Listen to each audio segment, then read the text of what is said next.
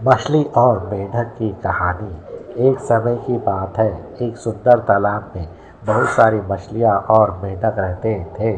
तालाब का पानी ठंडा और शुद्ध था, जहाँ सभी प्राणी खुश रहते थे। इस तालाब में एक मछली और एक मेंढक अच्छे दोस्त बन गए थे। मछली का नाम मीनू था और मेंढक का नाम फुन्नू था। दोनों हर दिन मिलते, एक दूसरे से बातें करते और मस्ती करते। मीनू को पानी में तैरने और अपनी रंग बिरंगी झील में खेलने का बहुत शौक था, जबकि फुन्नू को तालाब के किनारे कूदने और जलवायु के बदलते रंगों को देखना पसंद था। एक दिन मीनू ने फुन्नू से कहा, फिन्नू, तुम हमेशा तालाब के किनारे ही क्यों रहते हो? पानी के अंदर कितना मज़ा आता है। तुम भी मेरे साथ पानी में तैरने आओ। फुन्नू हंसते हुए बोला, मीनू, तुम पानी में रहते हो, लेकिन मैं तो किनारे पर ही खुश हूँ। मुझे पानी की गहराई से डर लगता है। मुझे लगता है कि अगर मैं पानी में डूब गया तो मुझे सांस नहीं मिल पाएगी। मीनू ने सोचा और कहा, तुम चिंता मत करो फुन्नू, मैं तुम्हें सिखा दूंगी कैसे तैरना है। मत तुम डर मत मानो, पानी में कोई खतरा नहीं। फुन्नू ने मीनू की बातें को सुना और थोड़ी देर सोचा। फिर उसने निर्णय लिया कि वह मीनू के साथ पानी में तैरने जाएगा।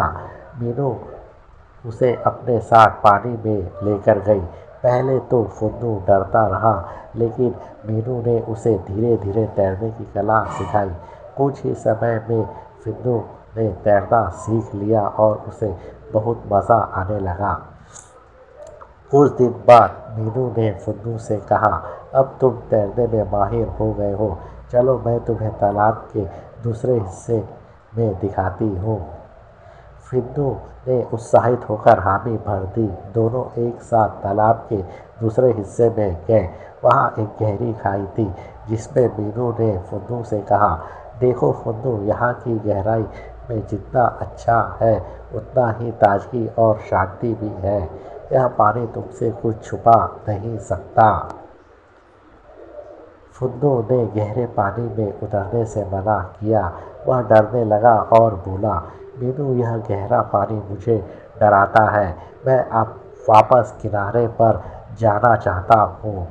मीनू मुस्कुराई और बोली, देखो फुन्नू, यह गहरा पानी सिर्फ उन्हीं के लिए है जो उसे समझते हैं। यदि तुम डर से बाहर निकलकर उसे जानोगे तो तुम्हें वहाँ की शांति का अनुभव होगा। लेकिन फुन्नू ने डरते हुए वापस किनारे की ओर जाने का फैसला किया। मीनू ने समझाया कि डर से बाहर निकलकर कुछ नया करना चाहिए, लेकिन फिर भी उसने फुन्नू की चिंता का सामना किया और उसे छोड़ दिया।